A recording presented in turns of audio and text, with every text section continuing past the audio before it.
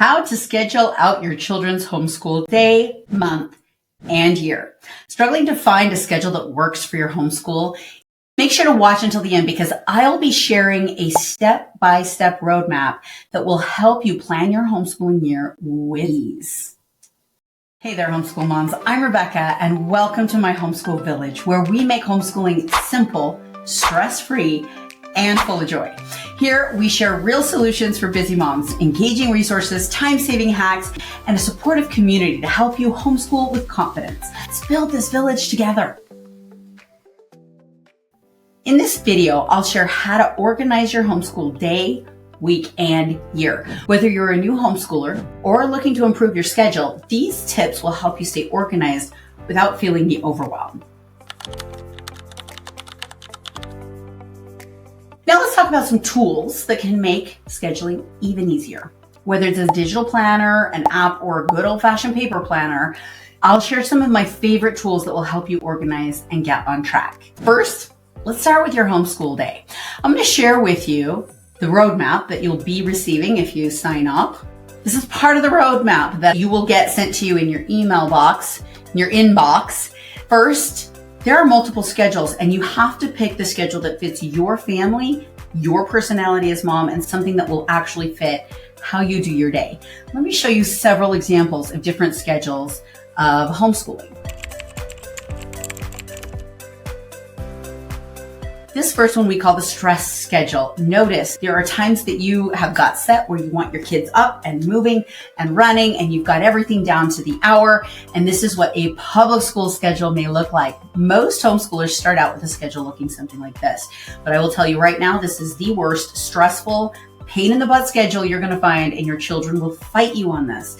What they've gone from home being a freedom place and school being the workplace to now having to have home be the workplace. And that's a serious transition for a kid.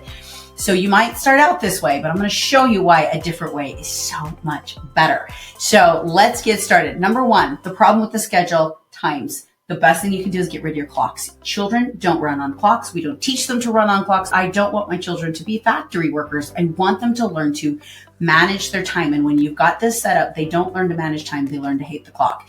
Also, you've got 5 days a week here of all of this teaching and all of this work. This is an overwhelm for you and your children.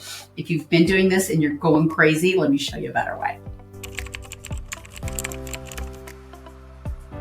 Number one, there is a block schedule. Here's one way some parents do it. They go in and they just create blocks. On Monday, we're going to do, for example, math and science, physical ed, and art. That's it. That's what we're going to do Mondays. Tuesdays, we'll do language arts and history, a music, and an elective, for example.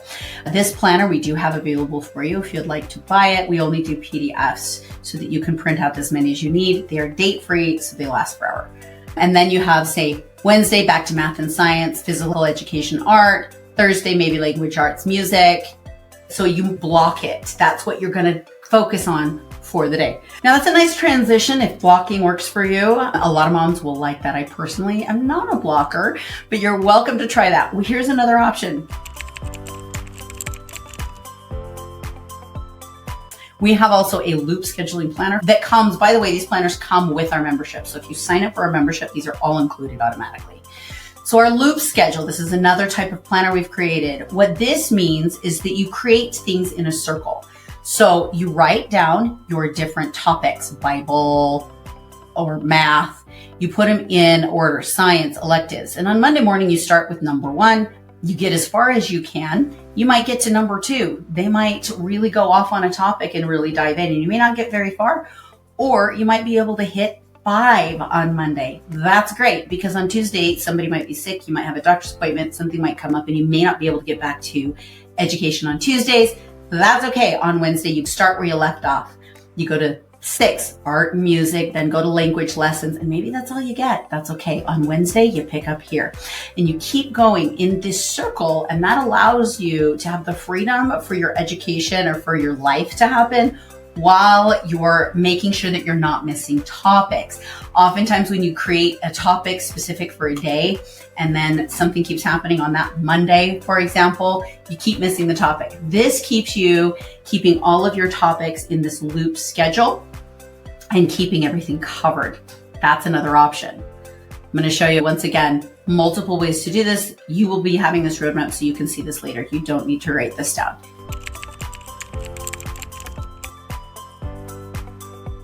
Here's my new, after homeschooling 20 years, I have 2 kids left. I now homeschool around my menstrual cycle. Let me explain. This one is much less known, but your menstrual cycle really does determine your moods, your energy levels, and what you're interested in, and it affects your children as well. So our sons and daughters have learned to move their lives a little bit more around this, because our sons are affected as well by mom's menstrual cycle as well as their sisters. So we've got this menstrual cycle. This is more of a week. So in week 1 and 2, this is when you really focus on hard topics, DIY stuff, things that require more energy, more excitement, and you work on those things when you're feeling in those moods. But week 3, you might start to get a little more tired. You might need a nap. Your body isn't as excited to get out and do, but you can still work on things. This is where my Homeschool Villages curriculums really kick in. This is where they can do a little more online learning. They can do a little more independent things so that mom has a little more downtime. On week 4, when you, depending on your menstrual cycle, whether you're in a lot of pain, whether you're exhausted, whether you really struggle with that, this is where we use, for education, audiobooks, educational movies. We use things that don't require so much of mom, a lot of independent learning, all of which is included in my Homeschool Villages program. So you can literally just put your children in and let them start learning and growing together inside my homeschool village. Now, I highly recommend you figure out what that cycle is. Now, what happens if your teenage daughters are on a different cycle than you? That's okay. They should be old enough and independent enough to run on their own schedule at that point. So make sure you're looking at that menstrual cycle for your monthly schedule, and then use the weekly ideas to fit it in.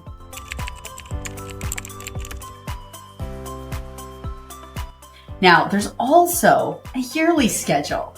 We have found over the years that the seasons tend to change what we are interested in learning. So we've written down here for you on the roadmap by month, the things that we like to do. Don't do them all. This is over 12 years, remember, please. The things that tend to happen more in the colder months, we do a lot more reading, we do a lot more history, we do a lot more art indoors. In the warmer months, when it's nice to be outside, we do a lot more gardening, a lot more science, a lot more activities outdoors.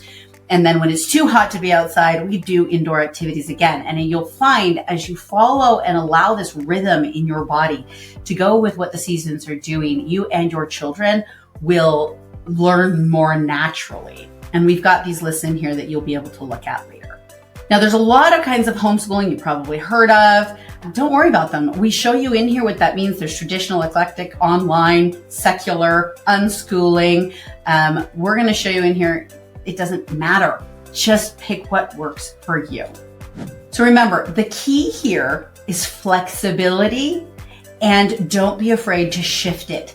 Your homeschooling will evolve as your children grow older, as they need you less, as they're able to do more and more educating on their own. You will find that they don't need you as much, and these schedules will shift. So remember, start your day with the most important subjects when your kids are freshest, then allow room for breaks, even outdoor learning to keep things fun and engaging. Keep the hard stuff for the mornings. Get it done in the morning and let the afternoons be where they choose what they want to learn. That's more of a daily schedule. Now, be careful planning your entire year. It can be very intimidating, and you'll find that it'll change from month to month. Maybe just plan a few weeks in advance, knowing what's coming up, knowing that you don't have to handle necessarily really focus on science because you know it'll hit harder in May.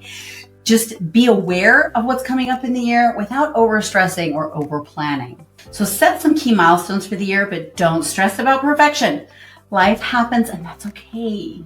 So here's your roadmap for scheduling your homeschool day, week, month, and year. It's simple, and it doesn't require a lot of fancy tools or complicated systems. This roadmap will help you feel confident and organized no matter where you are in your homeschool journey. Download your roadmap now. And if you're ready to take your homeschool to the next level and need a supportive community, come join us in my Homeschool Village. We're all about working together to make homeschooling as smooth and joyful as possible. Never, ever homeschool alone. Join the village. We'd love to have you.